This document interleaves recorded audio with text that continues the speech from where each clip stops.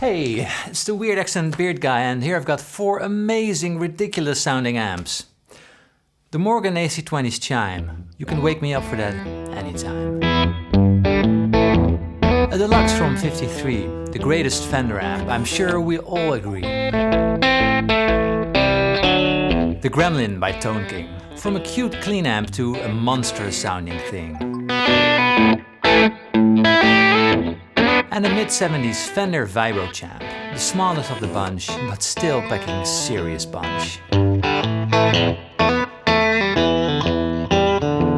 Before we get into the magic of small amps, we've got to talk about a stunning hand-wired Vox AC30, and maybe the best sounding amp Fender ever produced, the Vibro King, and an Engel Screamer. I was the proud owner of each of those amps and they sounded absolutely phenomenal, but still they're all gone now. They were too loud. So while I was enjoying playing this pedal through my PC speakers and my Roland Cube 30, all I read was, crank the amp, louder is better, this one goes to 11, I want to feel the air moving.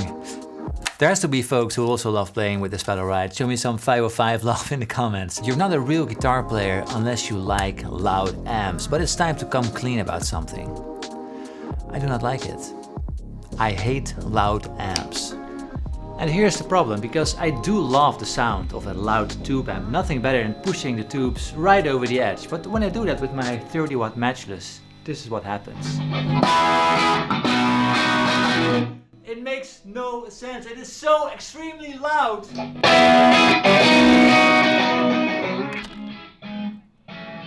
It's crazy because it's the loudest amp I ever owned, and heck no, I'm not selling this one. It just sounds too good. But to be fair, I don't use it half as much as I would have wanted to.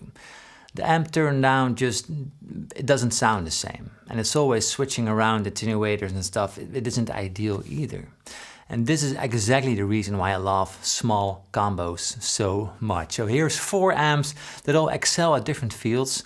1 is actually mine and 3 I've gotten on loan, but I may be thinking of buying one, so maybe you can help me decide which one to go for after watching this video.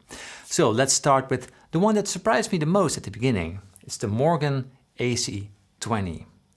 So when selecting this amp, I thought it could be the smaller, more sensible, quieter matchless. And to be fair, it sort of does that thing.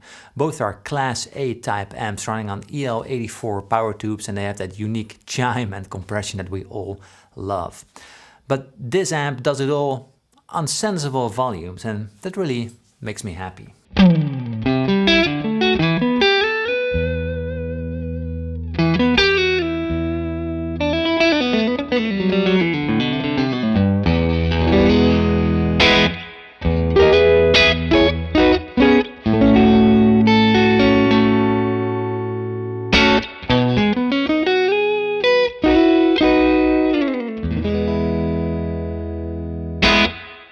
So although the controls look seemingly basic, there's more than enough control over the tone. So I'm plugged in directly, no pedals apart from a little reverb to spice things up a little bit. And the chime is just lovely with that bright switch turned up.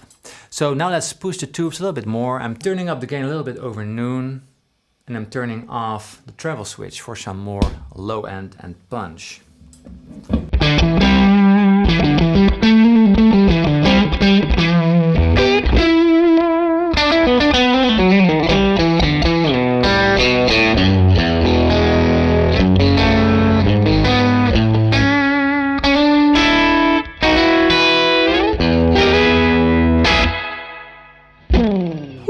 Such a beast, right? And now let's push it some more with a mild overdrive.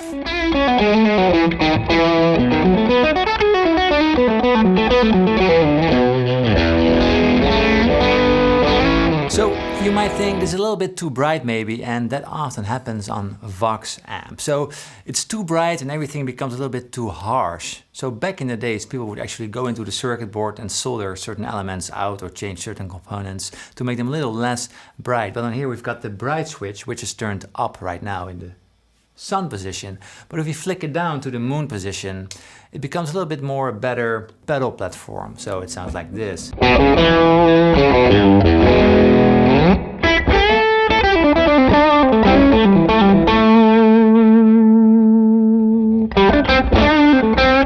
So now we can easily add a brilliant fuzz pedal to this.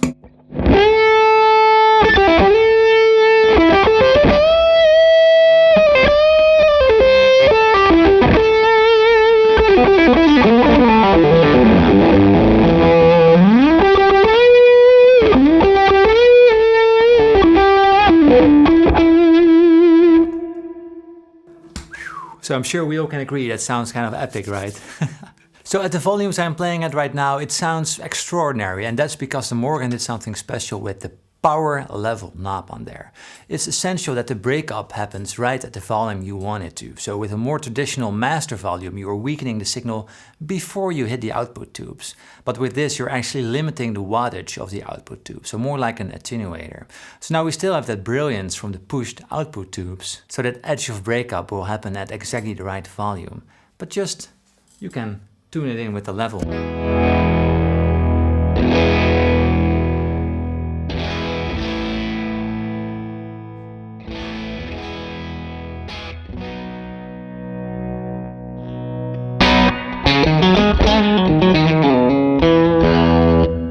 That's really loud. Anyway, time to move on. Let's go to the smallest amp of the bunch, the Fender Champ. So here's a vintage. Can we call this vintage? Yeah, we can. This is a silver face Fender Champ from the mid-70s, and geez, this little amp, it stole my heart. And there is something just very sweet about it. Look at it. Anyway, it sounds like this.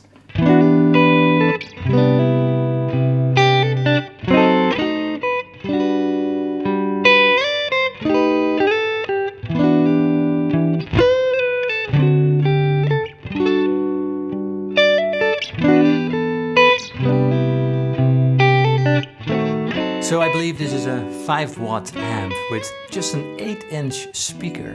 So everything is just a little bit smaller, and although it definitely doesn't sound as big and boomy as the Morgan we just played, when playing it you don't feel like you're missing out on anything, to be honest. And maybe some of you may see this as some kind of practice amp, but don't be mistaken, this amp is made it on some serious records. For example, Duane Allman used it all the time.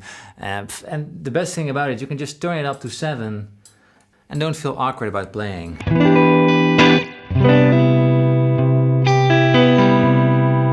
That's seriously gorgeous. Anyway, this isn't any champ, this is a Vibro champ, which means it got that lovely, lovely vibrato, which just smears a little bit of goodness onto everything, right?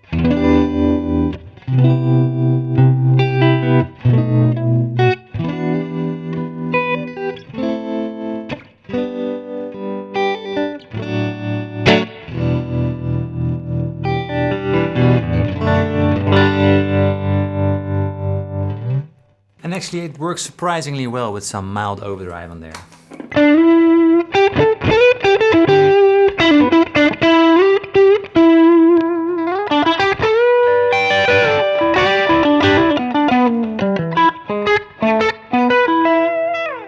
So it's gorgeous, isn't it? But the thing is with vintage amps is that before you buy it, you gotta make sure it is in good condition or save some money to have it serviced.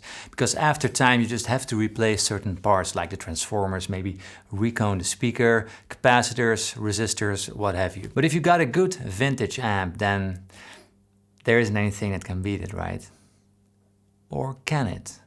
Because I feel like the next amp can beat almost anything. So this is the Tone King Gremlin, and this might be the amp to do it all. From the perfect bedroom amp to studio beats, and I'm sure even live this amp will hold its ground.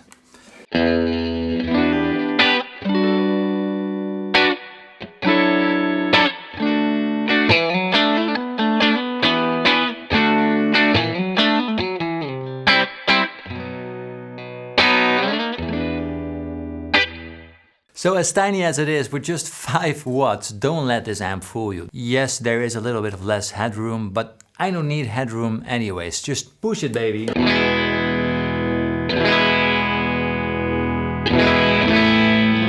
Woo. Yes, I love that. But it can be just as quiet as the smallest practice amp, because at the back there is the Iron Man 2 attenuator.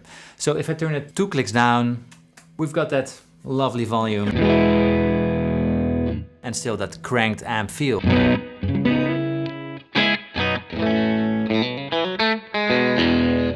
So this attenuator has a different workings for each setting, because lowering the volume also does affect the frequency response, and it compensates for that. So of course it's never 100% the same, and to my ear when I turn it down it becomes a little less bright, but you can easily compensate with the tone up at the top. So this is full volume, 3 clicks down.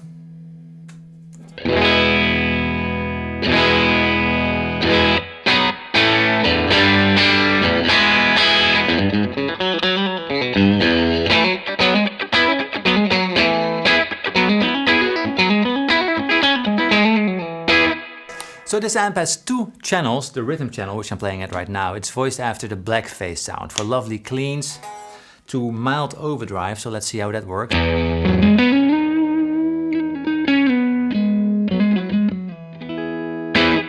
Overdrive pedal.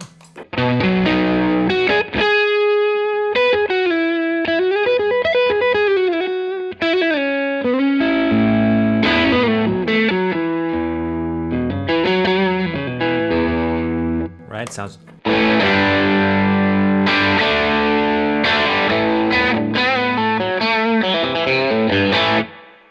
Just great. But it doesn't take heavy overdrive too well, since it's just a little bit too bright. So when I turn on the fuzz pedal by itself, it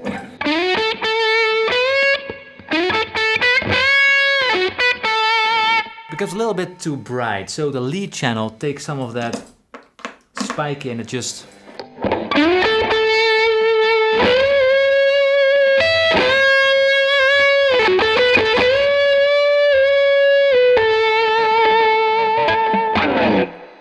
that is just awesome sounding. So in the lead channel is super versatile, because by itself it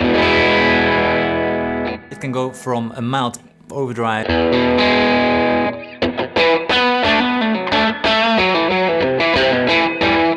to pretty heavily overdriven.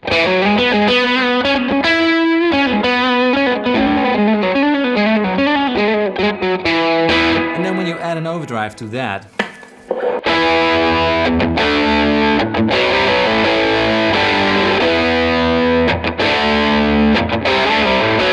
it is such a versatile beast and so simple, and I love that about amps. The simplicity combined with basically everything you need. It's ludicrous. Amazing little amp. Anyway, last up is the amp that I actually bought a few months back, and probably the most iconic Fender amp ever made. So this is a Fender Deluxe from 1953, and this amp really got to me. And I've been using it non-stop for the past weeks, just because I really do love the magic of small amps.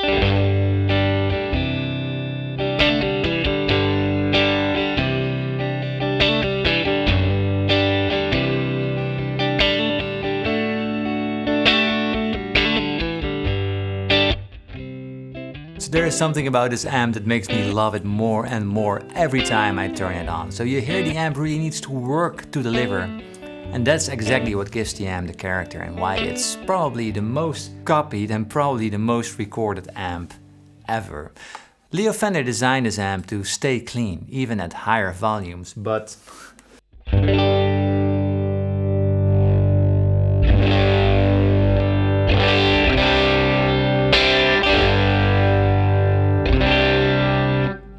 as you hear, that didn't happen.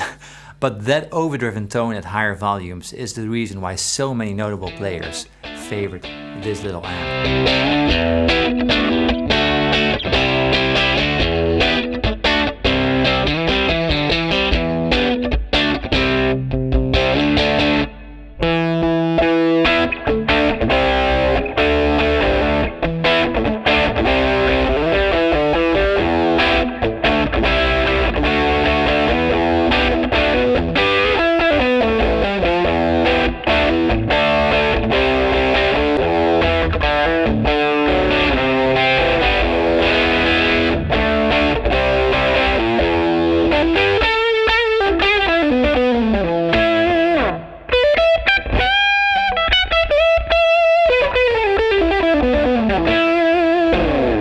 this amp also works surprisingly well with overdrive pedals. So this is just the amp.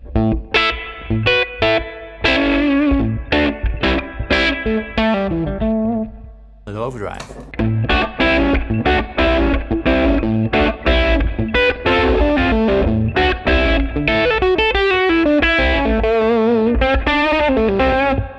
And even some fuzz.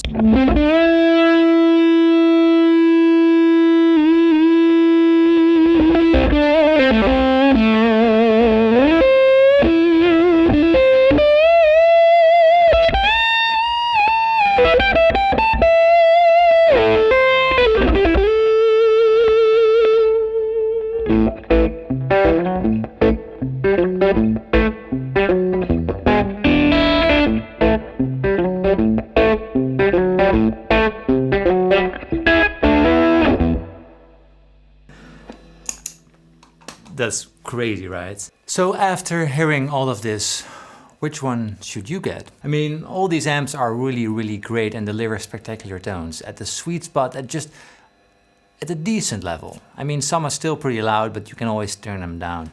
And that's exactly what I'm looking for. So I've been searching for the right amp for so long, and I've been super happy with the Tone King, the 18 watt or 20 watts tube amp, the red one. I'm sure you've seen it before on my channel.